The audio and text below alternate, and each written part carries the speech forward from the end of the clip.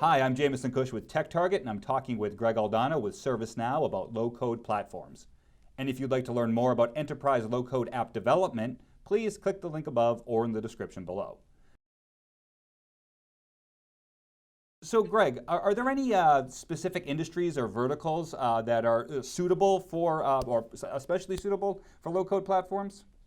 Absolutely, Jameson. I think one of the primary industries where we see a lot of use of low code is in the public sector, both federal and state and local governments.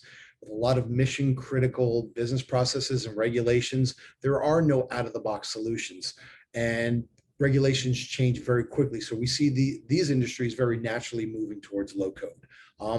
Two other industries where I've seen it very applicable, or maybe even three industries: manufacturing, healthcare, and financial services.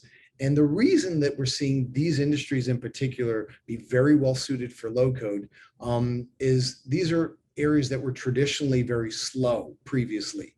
Healthcare, there's a lot of manual processes and providing great healthcare to patients, and a lot of different systems and a lot of paperwork and a lot of friction, if you will, or conflict here. So this is ripe for introducing low code to very dramatically and very quickly and enable citizen developers and IT developers to address solutions where none had existed before. We're also seeing this in financial services. Lots of internal processes in trying to regulate loans and different stipulations, and seeing all the different different stovetop systems that are involved in these business processes. Low code is a natural fit to automate these very quickly without making a huge investment.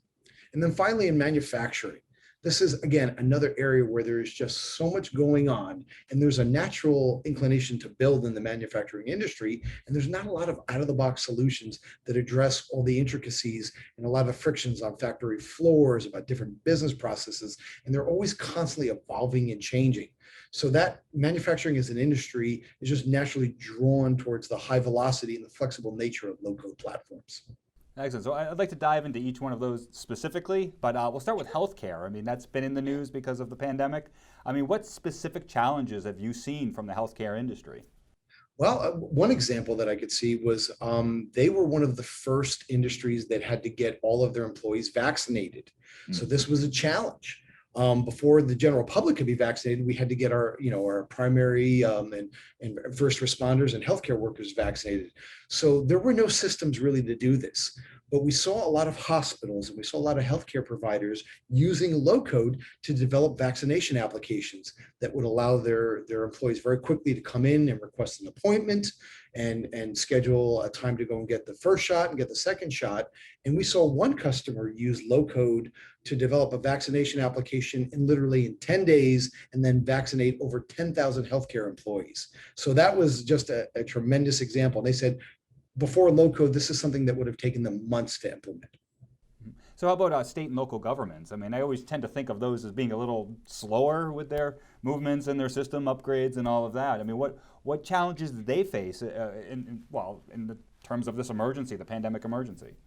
Well, I saw different challenges at different levels. So I think at the state and the local government level, we saw this mass movement to very quickly get people out there and get testing so that people could find out very early in the pandemic, do I have this? Do I not have this? There was no central place to go. So we saw the city of Los Angeles use low code to publish an application for citizens to register to get tested based on their location and based on their prioritization in different at-risk groups. And they were able to go from idea into production in 72 hours.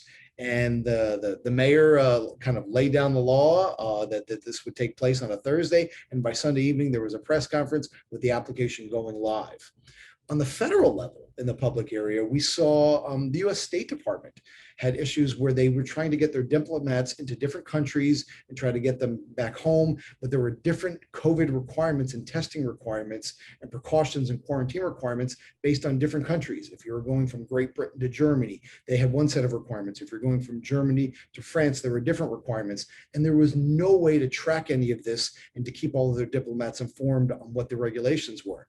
They were able in 3 to 4 weeks to able to roll out 10 to 12 mission critical native mobile low code apps using a low-code platform.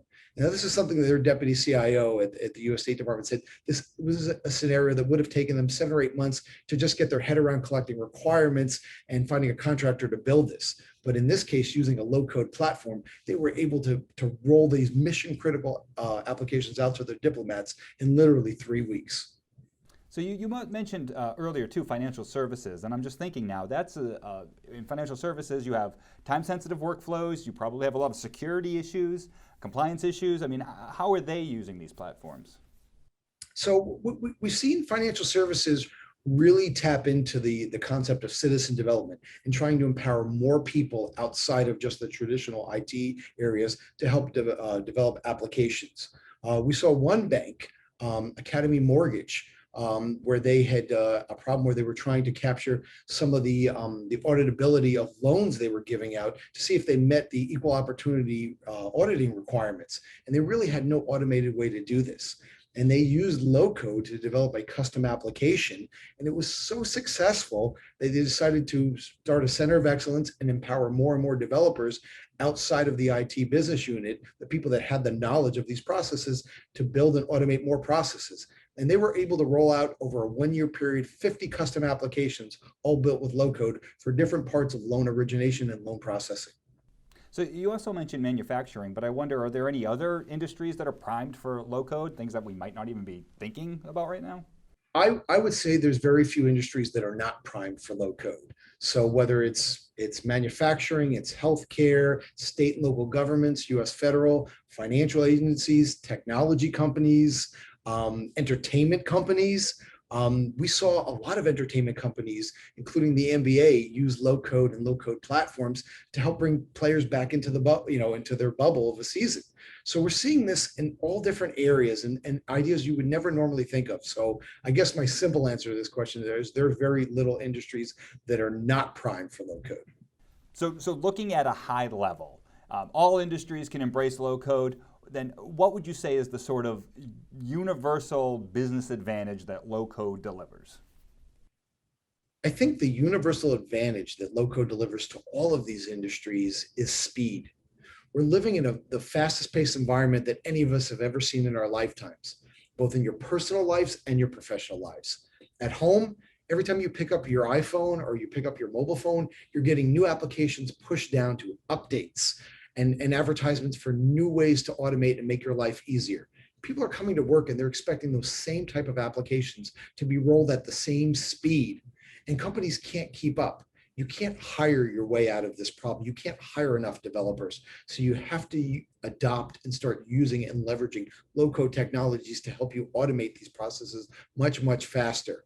And what we're seeing though, where we would see people kind of shop around and bring their business and their personal and their commercial lives to companies that provide better experiences. We're seeing people do this with companies, shopping around to see which companies provide the best experiences and the best applications.